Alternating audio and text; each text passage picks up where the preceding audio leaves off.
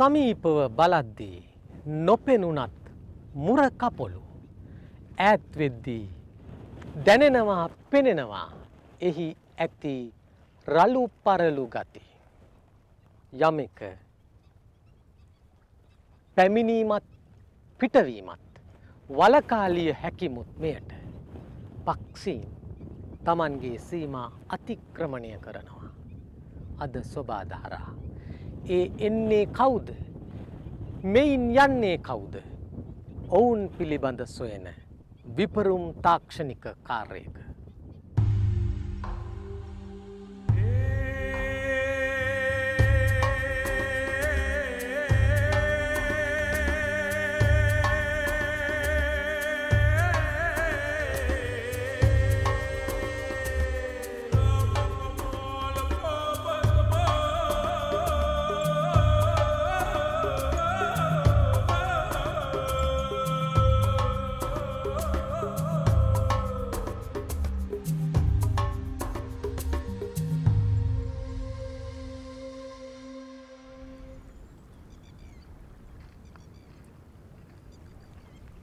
අහසින් යෑමට නැතහොත් ගුවනේ පාවීමට පියැඹීමට සෑම කෙනෙකුටම නොහැක. තිරිසන් යෝනියක උපනත් එකී භාග්‍ය හිමි සත්ව කොට්ටාශයක් ලෙස පක්ෂීන්ට හිමි තැන සුවිශේෂයි. කෙසේ වුවත් ඇතැම් සුළු පක්ෂී විශේෂ ප්‍රමාණයකට පියැඹීම වෙනුවට හිමිව ඇත්තේ වේගයෙන් පැනයාම හෝ ඇවිදීමයි. අද සොබාධාරා තුළින් විමසා බලන ඉසව්ව විහඟ පාරාදීසයක අවාර කාලයයි නැතහොත් කුරුල්ලන් අවම යුගයයි බුන්දල නම් සුවිශේෂ පරිසර පද්ධතිය ආශ්‍රය භූමි කොට මෙම කතිකාව නිර්මාණය වනවා. බුන්දලට පක්ෂීන් පැමිණෙන්නේ කෙසේද? එය දෙආකාරයක් ගන්නවා. එකක් එහිම නැවතී විහරණය කරන වර්ෂය පුරාම දක්නා පිරිසයි. අනෙක විදෙස් රාජ්‍යවලින් නික්මී ගිමත් සමය සොයා ශීත කාලයේ පිටමං වන පර්යටන පක්ෂි කුලකයයි. මේ කාලය තුල එවැනි සංක්‍රමණික සතුන් දැකිය හැක්කේ අහඹු ලෙසයි. අද අප කතා කරන තේමාවේ වැදගත්ම කොටස වනුයේ මුදු සලකුණු කිරීම නැතහොත් සතුන් හඳුනා ගැනීමේ අනන්‍යතා ක්‍රමවේදෙහි ස්වභාවය කියවීමයි. බුන්දල ලුණුලේවාය ආශ්‍රිත පරිසරය වාගේම ඒ හා සමමුසු පළුගස් ප්‍රමුඛ ශාකය වූ වනාන්තරයද මෙහිලා භාවිතයට ගැනෙනවා. කූඩාරම් තනා කඳ උරු බැඳ මේ සඳහා ඇවැසි මෙවලම් උපකරණ ඇතුළු දෑවලින් සන්නද්ධව අවාරයේ පක්ෂිමුදු පැළඳුමට වනජීවී සංරක්ෂණ දෙපාර්තමේන්තුව හා ශේෂ්ත්‍ර පක්ෂි විද්‍යා අධ්‍යයන කවිය එක්ව සැරසුණා.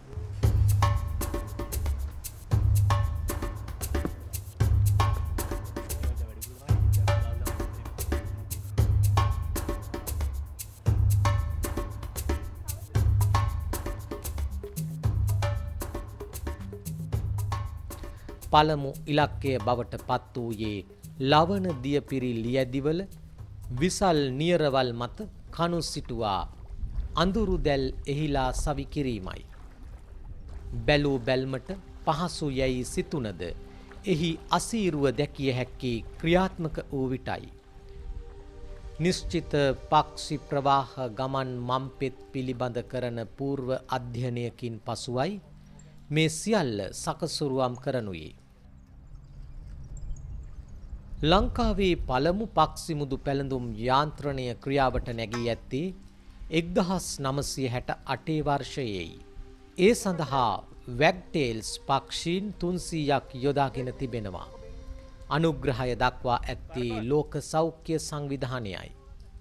ඊට හේතුව ඒ වන විට ලොව පුරා ව්‍යාප්ත වූ කුරුළු උණ වසංගතයේ සාක්ෂ්‍ය පිණිස වීමයි. 1972 වර්ෂයේ පළමුවරට වර්ණවත් මුදු පළඳා තිබෙනවා. ඒ සමූහ සංචරණ පිළිබඳ හැදෑරීමටයි.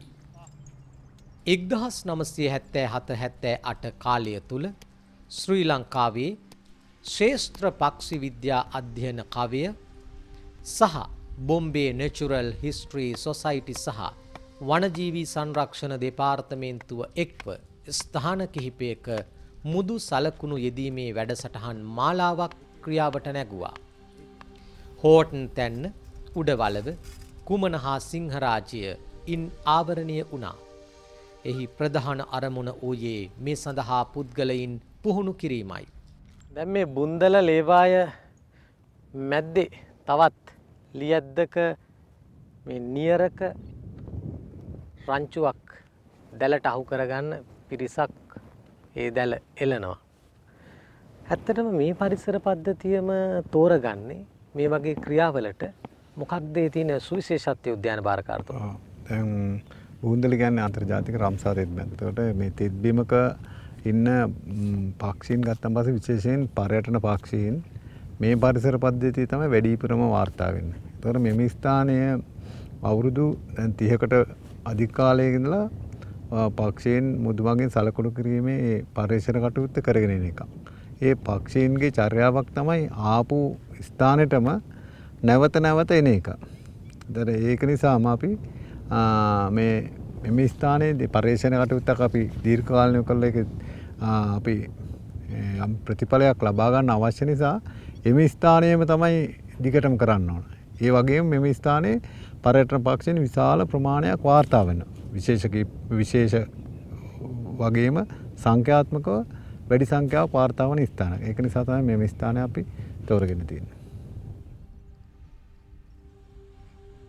NBRP නැතහොත් ජාතික පක්ෂි මුදු සලකුණු කිරීමේ වැඩසටහන 1981 දී ශේෂ්ත්‍ර පක්ෂි විද්‍යා අධ්‍යයන කවය සහ වනජීවී සංරක්ෂණ දෙපාර්තමේන්තුව එක්ව ක්‍රියාවට නැගුවා. මෙම පක්ෂි විද්‍යා ක්‍රියාකාරකම 2001 වසරේ සිට 2004 දක්වා වැඩසටහන් 5ක් ලෙස බුන්දල හා යාල ආශ්‍රිතව ක්‍රියාත්මක කර තිබෙනවා. 2005 වසරේ අප්‍රේල් මාස ආරම්භ ජාතික පක්ෂි මුදු සලකුණු යෙදීමේ වැඩසටහන සාර්ථකව වසර 15ක් තිස්සේ ක්‍රියාත්මකයි.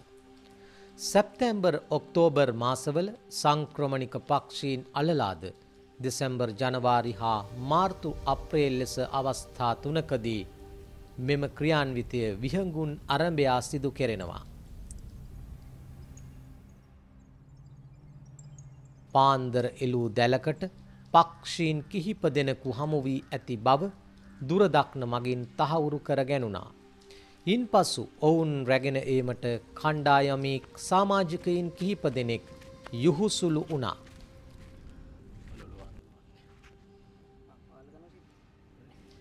සතා කලබල වී සිටින නිසා හැකිතාක් අප සංසුන් විය යුතුයි.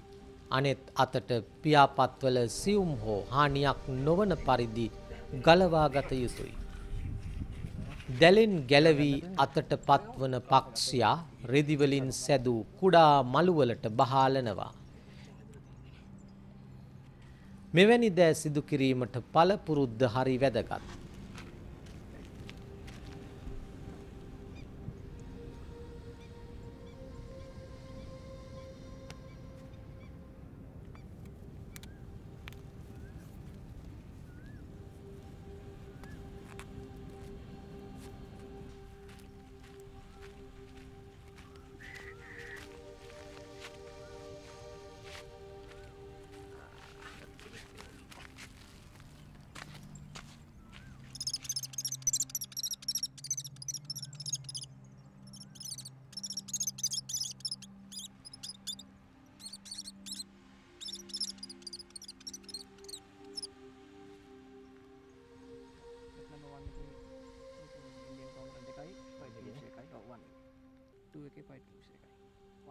number 1 එකේ Indian Cormorant එකයි White Kingfisher එකයි. net number 2 එකට White Kingfisher එක. දියකාවකු හා ගෝමර පිළිහුඩුවන් දෙදෙනෙකු රැගෙන මද දුරක් එද්දී තවත් ගෝමර පිළිහුඩුවන් දෙදෙනෙකු දැල මත පැටළුණා. අත වූ පක්ෂීන් කඳවුරේ සිටි අය වෙත මගදීම පවරා යලිත් ගොස් අලුත් සමාජිකයින්ද රැගෙන ආවා. දැන් අර දැලේ අද කීප දෙනෙක් පැටලුණා දැන් එක කණ්ඩායමක් මෙහෙට බාර දීලා ඊට පස්සේ අතරවාරේ හම්බ වෙච්ච කට්ටිය අරගෙන තමයි මේ එන්නේ. කොහමද අද සාර්ථකද මේ ඔෆ් සීසන් එකක් නිසා?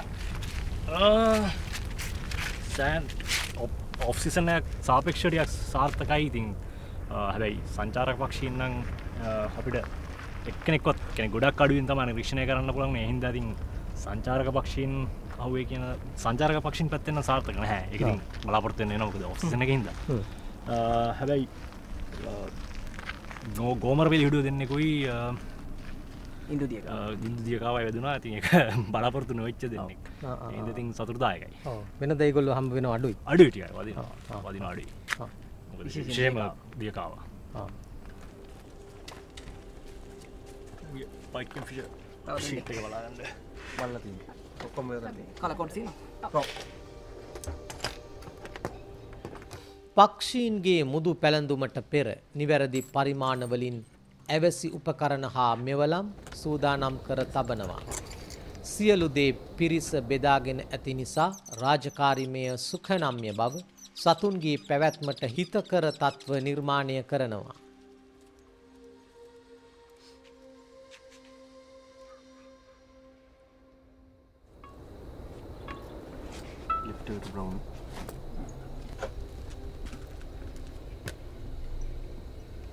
දැන් මුදු පළඳ දාන්න ඉස්සෙල්ලා සාමාන්‍යයෙන් මොන කාර්යයන්ද මෙතනදී සිද්ධ වෙන්නේ සතා සම්බන්ධයෙන්? සාමාන්‍යයෙන් මුදු පළඳන්න ඉස්සෙල්ලා අපි මුලින්ම සතාගේ බර ගන්න. මොකද බෑග් එකත් එක්කනේ. ඒතර අපි බෑග් එක කියන්නේ බෑග් එකත් සමග සතාගේ බර මුලින්ම සටහන් කරගන්නවා.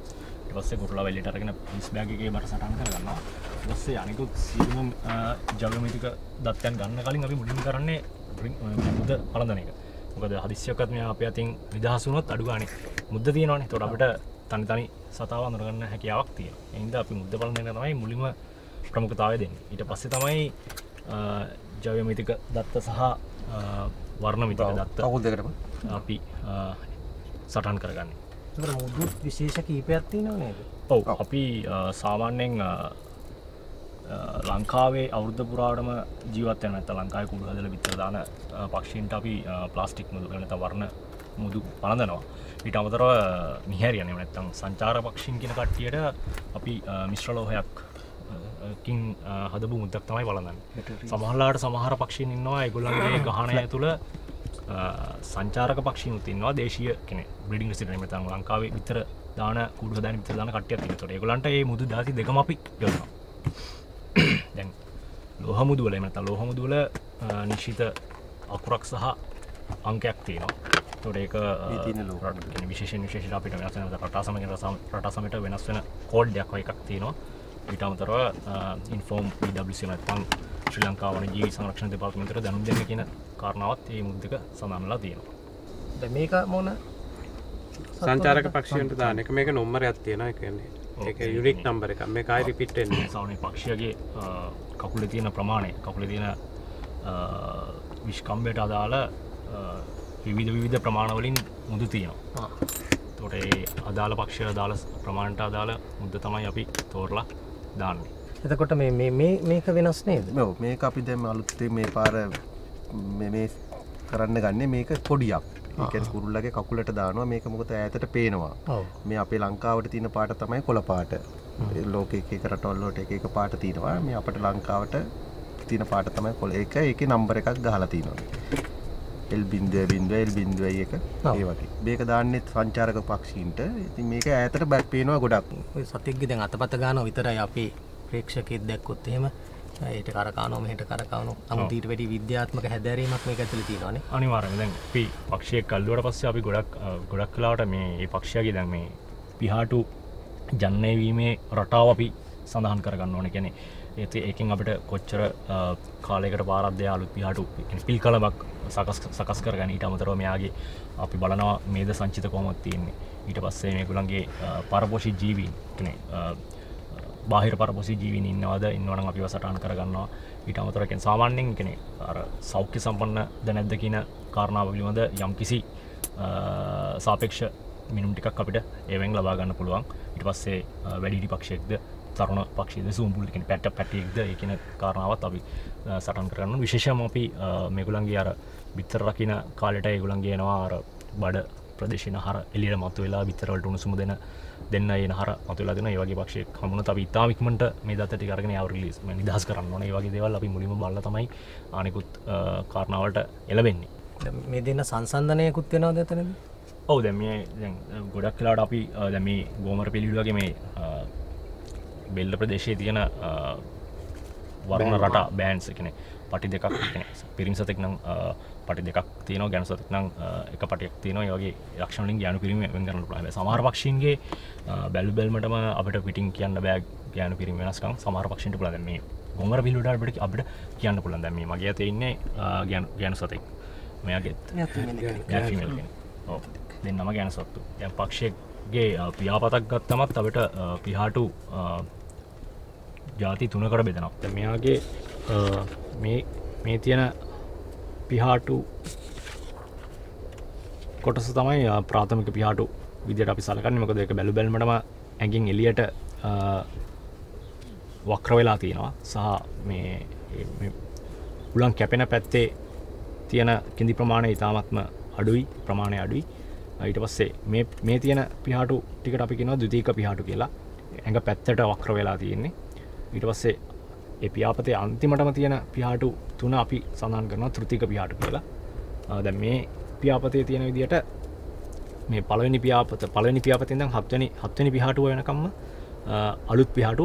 හැබැයි මේ 7 වෙනි පිහාටුව සාපේක්ෂව ගත්තොත් වර්ධනය වෙමින් පවතින්නේ. දැන් මේ පිහාටුව සාමාන්‍යයෙන් පූර්ණ වර්ධනයට පත්වෙච්ච පිහාටුවක්.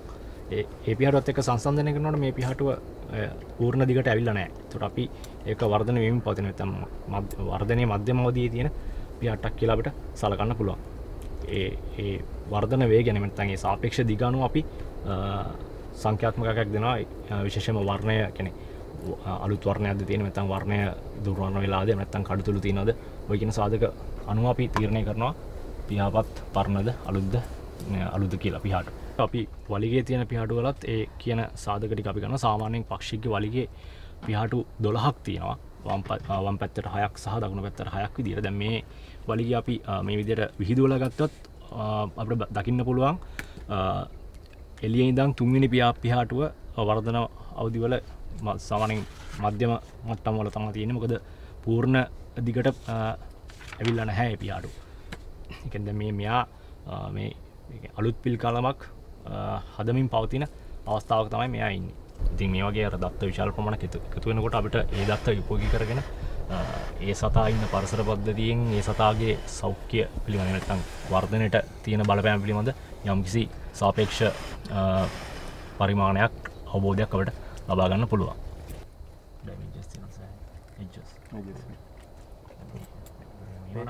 මේ සෙට් එක මාළු. මේක හොඳට. දැන් අපි එකම විශේෂයේ 3-4 කියන පක්ෂීන් නෙමේ නම්බර්ස් වශයෙන් ගත්තොත් එහෙම. ඔව් එකම විශේෂය. එතකොට ඒගොල්ලන්ව වෙන වෙනම අඳුන ගන්න මොකක් හරි තියනවද ඔය මුදු වල වෙනසක්? අනිවාර්යයෙන්ම. ඒක තමයි අපි මුදු දාලා සලකුණු කරනගේ ප්‍රධානම පරමාර්ථය. දැන් අපි අපිට හම් වෙන පළවෙනි පක්ෂියට අපි දකුණු කකුලට රතු පාට මුද්දක් දැම්මොත් අපි කවදාකවත් ඒක කියන්නේ දකුණු කකුලට ආයෙත් තව රතු මුද්දක් වෙන කාටවත් දාන්නේ නැහැ. අපිට පුළුවන් තව රතු මුද්දක් තියෙනවා ඒක වම් කකුලට දාන්න. එතකොට දෙන්නෙක් සලකුණු වෙනවා. ඊට පස්සේ විවිධ වර්ණ යොදලා අපිට සලකුණු කරන්න පුළුවන්. දැන් මේ පක්ෂියගේ කකුල් දෙකේම මුදු තියෙනවා. ඒ කියන්නේ අපි ගාව තියෙන වර්ණ තනි මුදු විදියට දාලා ඉවරයි. එතකොට අපි මුදු දෙක දාන අවස්ථා තියෙනවා. සමහරවිට දැන් එක කකුලට මුදු දෙකක් යොදන අවස්ථා තියෙනවා. සමහර මුදු වල වර්ණ රටා දෙකක් තියෙනවා. ඒ කියන්නේ එකම මුද්දේ වර්ණ දෙකක් තියෙන අවස්ථා පුළුවන්. ඒ හැම එකකම කරන්නේ වැඩිපුර තනි පක්ෂීන් වැඩි ප්‍රමාණයක් සලකුණු කර ගැනීම. ඒ හින්දා අනිවාර්යයෙන්ම දැන් අපි මේ පක්ෂිය කොහෙද දැක්කත් අපි දන්නවා මේ අහවල් දවසේ අහවල් පාටෙන් සලකුණු කරන ලද පක්ෂිය කියලා. දැන් මේ අරන් එන්නේ මේ ටිකක් ශරීරේනුත් විශාල සතෙක් නේද පක්ෂියෙක්. ඔව් ඉන්දුදියකවා ටිකක් හැන්ඩලින් කරන්නත් පොඩ්ඩක් ටිකක් යෝගාත්මක පක්ෂිය. මොකද එයාගේ බෙල්ලත් දිගයි පොට සෑහෙන තියුණු පොටක් තියෙන. ඉතින් අපි පොඩ්ඩක් අපිත් පරිස්සම් වෙන්න ඕන මේ පක්ෂියව ගේ දත්ත ටික ලබා ගන්නකොට. මෙයාලගේ සාමාන්‍යයෙන් අරන් තියනවද මේ ඉස්සෙල්ලත් මීට කලිනුත් අපිට ඉන්දුදියකාව දෙන්නෙක් මට මතක හැටියට මොන වෘත්ති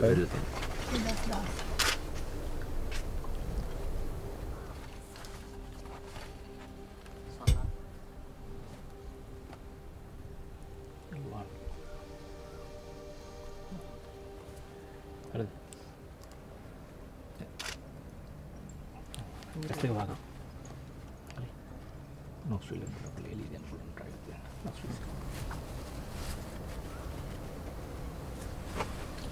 කකුල් පිට පිටින්ම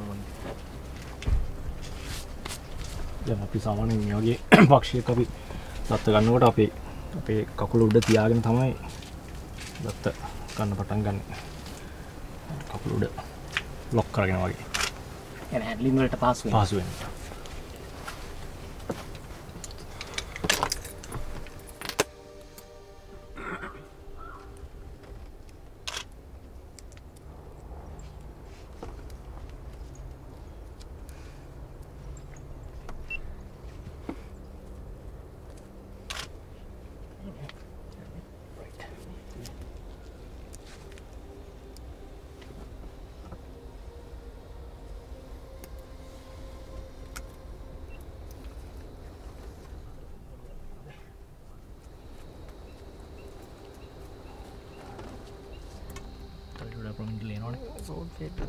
මුදු පැළඳවීම් අවසානයේ මෙම පක්ෂීන් මුදාහැරීමට රැගෙන ගියා. මේ දක්වා පක්ෂීන් 2500ක් පමණ මේ සඳහා යොදාගෙන තිබෙනවා. ජලජ පක්ෂි විශේෂ 34ක් හා වනාන්තරවාසී පක්ෂ විශේෂ 44ක් ඊට අයත්.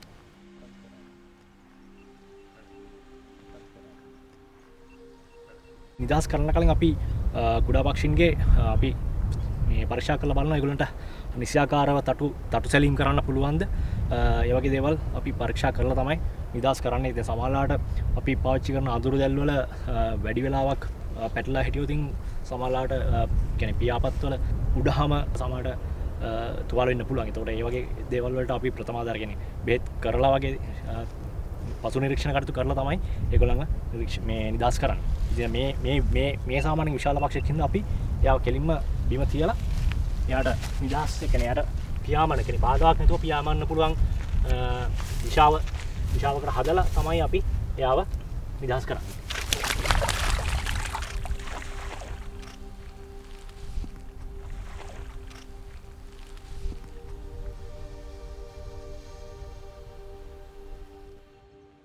ඉනිග්බිති අප ගමන් කළේ මීට මාස කිහිපයකට පෙර පක්ෂි පර්යටනයේ ස්වර්ණමය මුද්‍රාවක් ලැබූ සිලිටි දෑතුඩුවා නැතහොත් ග්ලොසි අයිබිස් කැදලි තැනූ භූමියටයි. මේ තමයි අර ග්ලොසි අයිබිස්ලා සිලිටි දෑතුඩුවෝ බිජුලෑ ඒගොල්ලන්ගේ සමීපතමයින් සමග සිටි ගස. දැන් අවශේෂ කූඩු විතරයි. බලන්නකෝ මෙතන ඒගොල්ලන්ගෙන් අවසානයේදී ඉතිරි වෙලා තියෙන්නේ මොනවද මේ?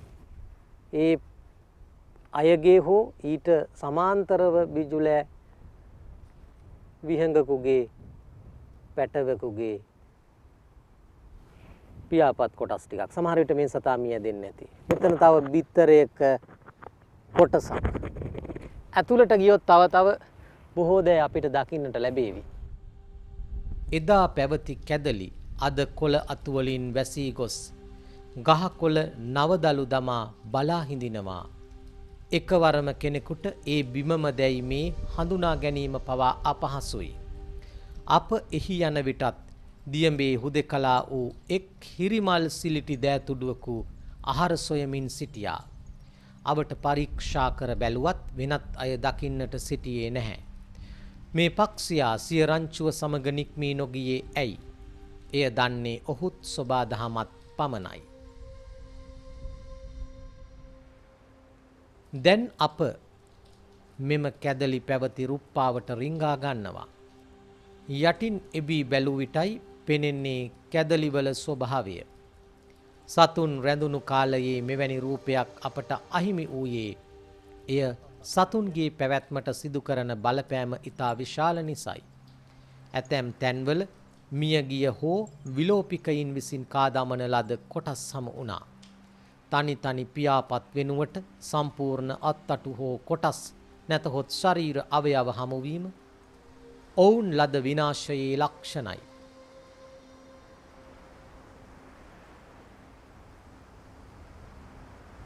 තිඹිරි ගෙදරම සුසාන භූමියක් බවට පත්වෙන වෙලාවල් තියෙනවා. මේ ඒ වගේ එක අවස්ථාවක්. මේ පැටියා සුහුඹුල් ලදරු ලපටි අවදියේ හිටපු කෙනෙක්. නමුත් අපි දන්නේ මොකක්ද හේතුව කියලා. නමුත් සෝබාදහම තීරණ ගන්නවා ඇතැම් වෙලාවට ඔබ මේ ලෝකෙට අනුචිතයි කියලා. මේ වැනි එක් අවස්ථාවක්.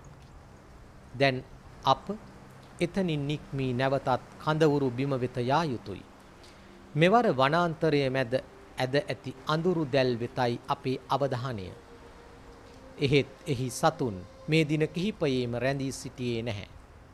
ලේවායාශ්‍රිතව ඉන්න පක්ෂීන් පිළිබඳව කරන පර්යේෂණ වගේම මේ වනාන්තරගතව ඉන්න සත්තු ගැනත් නිරන්තරවම විමසිලිමත් වෙනවා. දැන් මේ අපේ කණ්ඩායම යන්නේ ඒ ඇතුලේ එළලා තියෙන net එකක තත්ත්වය විමසලා බලන්න.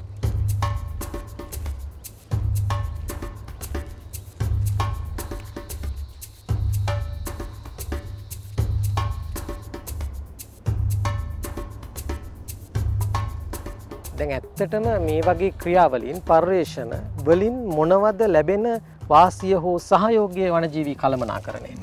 අපි ගත්තොත් පර්යටන පක්ෂියෙක් ගත්ත ලෝකේ තවත් රටවල් හරහා තමයි අපේ රටට එන්නේ සහ නමුත් එයාගේ බිත්තර දාන ඒ කූඩු තනන ඒ රටට යන්නේ. එතකොට ඒ අතරමැදි රටවල් වලදී ලොකු හානියක් වෙනවද? මේ සතුන්ට මොන වගේද තියෙන හානිය? ඒවා සේරම තොරතුරු රැස් කරගන්න ඇත්තටම මේ මුදු දාන එක ඊටාම මුදු මගින් සලකනු කොල්ල ඒවයි තොරතුරු අරගෙන මේ අන්තර්ජාතිකව හුමාරු කරගන්න මේ තොරතුරු. ඒ තුලින් අපිට මේ සතුන්ගේ මාර්ග හඳුනා ගන්න පුළුවන්. ඒතර මාර්ගවලදී ඒ මාර්ගවලදී වෙන අනතුරු හඳුනා ගන්න පුළුවන්. එතකොට මේ සතුන්ගේ පැවැත්ම තහවුරු කරගන්න තමයි මේ වගේ පරිශන අපේ අතරම සිද්ධ කරන්නේ. මිනිසා සෝබා දහම අධ්‍යයනයට දක්වන්නේ නොතිත් ආශාවක්. එහි පරමාර්ථ විවිධයි. කෙසේ වුවත් සෝබා දහමට යටත් බව දැන හඳුනාගෙන යථාර්ථයකින් උගත යුතුයි. මේ සියලු පරිසර තත්ත්ව සුරැකීමයි ඉතා වැදගත්. ඔබත් ඒ සඳහා උපරිමයෙන් දායක විය යුතුයි. දැල්වීමට පහනක් තිර තෙල්සේම වාතයත් ඇවැසි. එහෙත් එම වාතයම සැහැසි ලෙස ආවොත් හඹා මේ තිරය මේ දැල්ල නිවී යනවා. ඒ නිසා ඊට ඇවැසී ආවරණයක්. සෝබාදහම මිනිසාටත් සත්වයාටත් නිසි රිසි ආවරණයක් සලසාදී බලා සිටිනවා. ඔබ ඒ ආවරණයට මුවාවී සෝබාදහම වනසන්නට එපා. රකින්න සෝබාදහම ආදරයෙන්. ලබන සතියේ ආයෙත් මුණ ගැසෙමු.